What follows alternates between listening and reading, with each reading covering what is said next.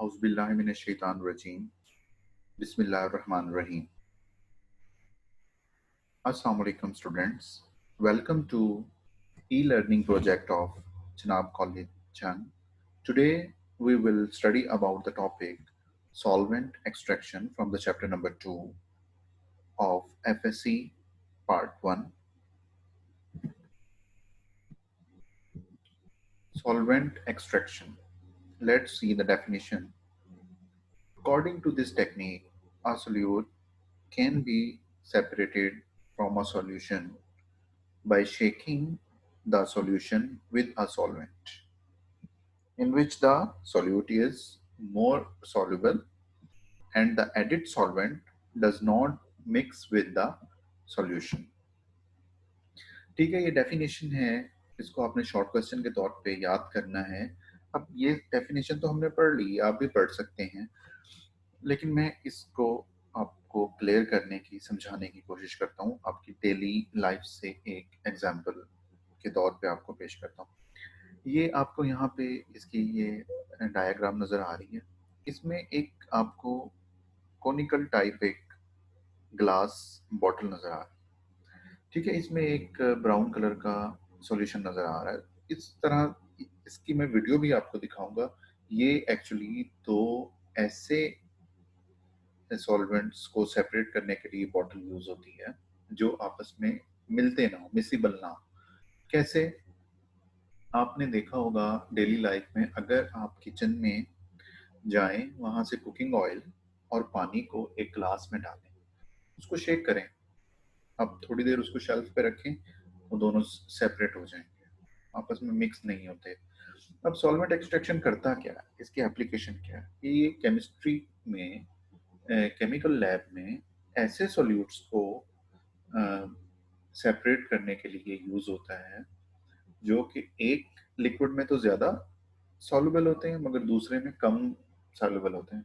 मिसाल के तौर पे, आपके जो कुकिंग ऑयल है उसमें डस्ट पार्टिकल मिल गए, ठीक है, उन डस्ट पार्टिकल्स को हमने रिमूव करना है। कैसे करेंगे? कुकिंग ऑयल को हम हीट करेंगे, वो अवेपोरेट होगा। कुकिंग ऑयल तो अवेपोरेट होने में बहुत ज़्यादा देर ले जाएगा क्योंकि डेंस होता है। अब जो पार्टिकल्स हैं वो कुकिंग ऑयल पे स्टिक हुए हैं, उसमें थोड़े थोड़े सॉल्युबल हैं, इतने ज़्यादा सॉल्युबल। मगर वाटर भी आपके सामने है, आपको ये भी पता है कि ऑयल और वाटर मिलते नहीं है, मगर जो डस्ट पार्टिकल्स हैं डेफिनेटली ऑयल से ज़्यादा पानी में वो सॉल्युबल होंगे। हम क्या करेंगे, वो जो डस्ट पार्टिकल वाला ऑयल है उसके अंदर पानी डालेंगे, उसको शेक करेंगे। क्या होगा, जो डस्ट पार्टिकल ऑयल में थे वो ट्रांसफर हो जाएंगे वाटर में, और आपका ऑयल डस्ट पार्टिकल से काफ़ी हद तक साफ हो जाएगा। और वो पानी में जब डस्ट पार्टिकल आ गए तो पानी को तो आप अवेपोरेट होने के लिए भी रख सकते हैं। जब पानी अवेपोरेट हो जाएगा तो आपके पीछे डस्ट पार्टिकल रह जाएंगे। ये एग्जांपल मैंने इसलिए दी है कि केमिकल एग्जांपल आपको पिक करने में ज़रा मुश्किल होगी। अगर इस एग्जांपल को आप देखें तो अब वो जो डस्ट पार्टिकल थे वो हमारे इंपॉर्टेंट सोल्यूट्स हैं, हमारे लिए बीइंग केमिस्ट, तो वो हमारे लिए सोल्यूट है। इस तरह आप किसी भी सॉल्यूट्स को जो एक लिक्विड में ज़्यादा सॉल्युबल होते हैं, दूसरे में कम सॉल्युबल होते हैं, और वो लिक्विड भी दोनों ऐसे होने चाहिए जो आपस में मिलते ना हो, मिसिबल ना हो, हल ना हो एक दूसरे में। ठीक है, नेक्स्ट चलते हैं। ये सॉल्वेंट एक्सट्रैक्शन का जो फिनोमिना है ये एक लॉ पे डिपेंड करता है, ठीक है, और उस लॉ को हम कहते हैं डिस्ट्रीब्यूशन लॉ, या फिर उसका दूसरा नाम है पार्टीशन लॉ। ये भी आपका इंपॉर्टेंट शॉर्ट क्वेश्चन है, इसको भी आपने अच्छी तरह से याद कर लेना है। इसको पढ़ते हैं, फिर मैं आपको इस लॉ को भी समझाता हूँ। This law states that a solute distributes itself between two immiscible liquids.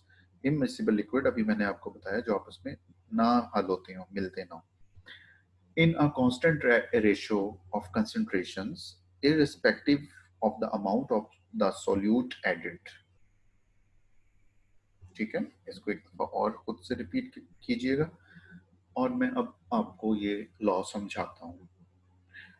देखें, आपके पास शुगर है, चीनी, चीनी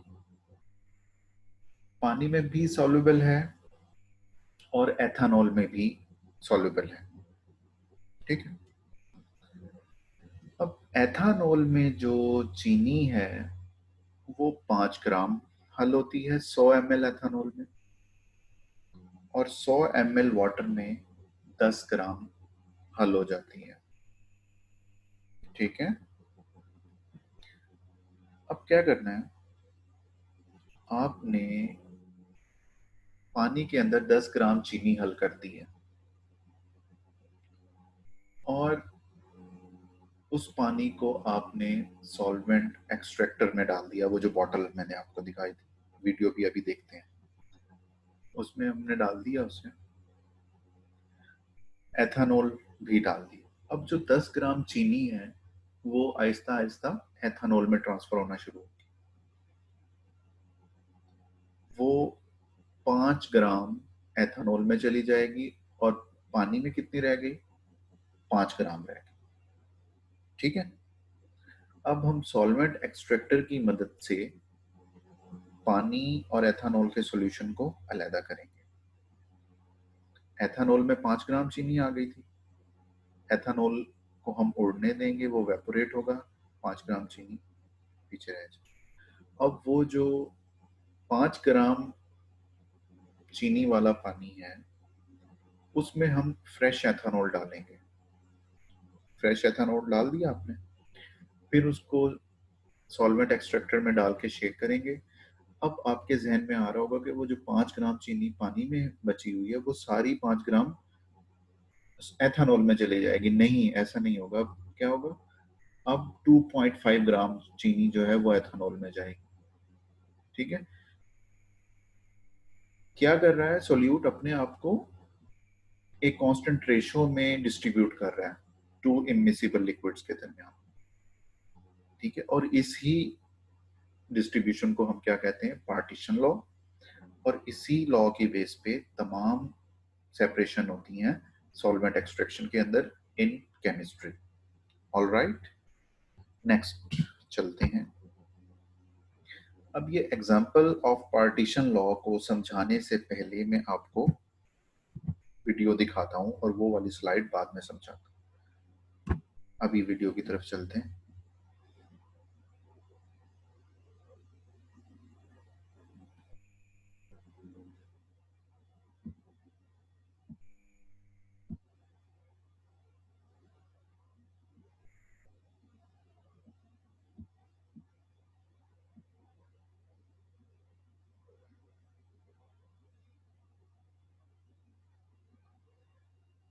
ये देखें, सॉल्वेंट एक्सट्रैक्शन की इस तरह की ये बॉटल है, इसमें एक ब्लू कलर का कोई केमिकल है, और ये उन्होंने एथानॉल डाला है जो आपस में जो भी है हल नहीं हो रहे, और जो ब्लू जो लिक्विड है उसमें कोई ना कोई सॉल्यूट है। अब इन्होंने इसको शेक किया, और शेक करने के बाद उसकी जो टैप है वो अ, उसको अच्छी तरह क्लोज किया हुआ है। ऊपर जो लगाते हैं इसको बंद करने के लिए उसे स्टॉपर बोलते हैं, ये जो ढक्कन इसका है इसे स्टॉपर बोलते हैं। अब इसको कुछ देर के लिए रखेंगे, दोबारा से इमिसिबल लिक्विड्स हैं आपस में हल नहीं हो रहे। अब ये इसके टैप को ओपन करेगा। अब ये नीले वाला जो सॉल्यूशन है जिसमें सॉल्यूट है वो नीचे आ रहा है, सेपरेट हो रहा है। अब देखें, फौरन से बंद करना है, और ये बिल्कुल एंड पे आके बड़े एहतियात से बंद करना होता है दोनों लिक्विड्स को अलहदा करने के लिए। ठीक है।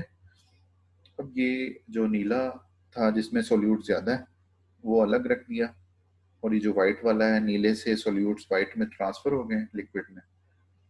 अब इसको हम लेदर रखेंगे, वेपोरेट होने के लिए रख देंगे, और नई बॉटल रखेंगे। वो जो बचा हुआ था अभी उसमें कुछ सोल्यूट है, क्योंकि पार्टीशन लॉ की अकॉर्डिंग वो सारे सोल्यूट नहीं गए अभी। ठीक है। तो ये लिक्विड दोबारा से इसमें फ्रेश एथानॉल डालेंगे, तो अब वो जो बाकी कुछ बचे हुए सॉल्यूट्स हैं वो दोबारा इस वाइट लिक्विड में आ जाएंगे, और इसको शेक करेंगे, और इस तरह से ये दोनों हल हो गए, और इसमें से हम जो है वो अपने सॉल्यूट अलहदा कर लेंगे और ये याद रखना है कि इनऑर्गेनिक लेयर होती है और एक ऑर्गेनिक लेयर होती है, क्योंकि दोनों एक दूसरे में मिसिबल होते हैं इसीलिए। ठीक है, लाइक डिजोल्व लाइक होता है, ऑर्गेनिक ऑर्गेनिक को डिजोल्व करता है, इनऑर्गेनिक इनऑर्गेनिक को डिजोल्व करता है। बट यहाँ पे एक्सेप्शन है, मगर मैक्सिमम ऐसा ही होता है। अब ये दोनों अलहदा हो गए और इस तरह हम अपना सोल्यूट अलहदा कर लेते हैं इन लिक्विड से। ठीक है, अब दोबारा अपनी स्लाइड्स की तरफ चलते हैं। ठीक है, ये आपने वीडियो देखी और अब मैं आपको वो एग्जांपल समझाता हूँ जो आपकी बुक में दी गई है सॉल्वेंट एक्सट्रैक्शन में, आयोडीन वाली।